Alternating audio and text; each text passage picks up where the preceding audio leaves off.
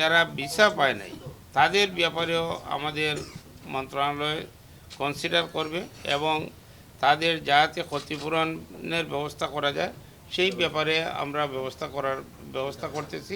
আমাদের মন্ত্রণালয় থেকে আমরা মালয়েশিয়ান গভর্নমেন্টকে চিঠি দিয়েছি আমাদের এমবাসির মাধ্যমে। আমাদের মন্ত্রণালয় থেকে আমরা একটা ইনকোয়ারি টিম করেছি 6 সদস্য বিশিষ্ট, যে এইটা কোন কারণে যাইতে পারে নাই, কি কোন সমস্যা হয়েছে, কাদের দ্বারা এই সমস্যার সৃষ্টি হয়েছে, এই সমস্ত জিনিস খুঁজে বের করার জন্যই আমরা তদন্ত কমিটি করেছি। এই তদন্ত কমিটির মাধ্যমে যাদের বিরুদ্ধে রিপোর্ট আসবে, যারা দোষী সাব্যস্ত হবে তাদের বিরুদ্ধে আমরা ব্যবস্থা গ্রহণ করব।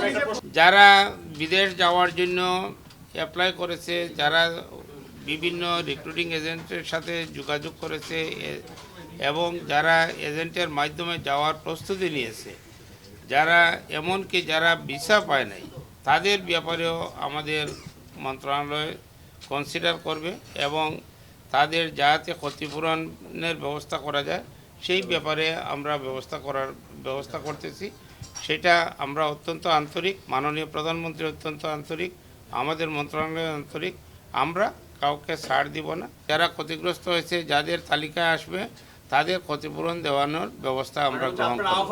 তদন্ত টিম সেটা পর্যায়ক্রমে নোটিশ করবে এবং ইনশাল্লাহ সবার ব্যাপারে আমাদের তদন্ত কমিটি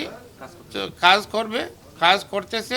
আমরা ব্যথিত, দুঃখিত, ভারাক্রান্ত এবং আমরা তাদের ব্যাপারে আমরা কাজ করতেছি। আমি বললাম তো, তদন্ত টিম হয়েছে, তদন্ত টিমের মাধ্যমে যাদের বিরুদ্ধে যারা দোষী সাব্যস্ত হবে তাদের বিরুদ্ধেই আমরা ব্যবস্থা গ্রহণ করব।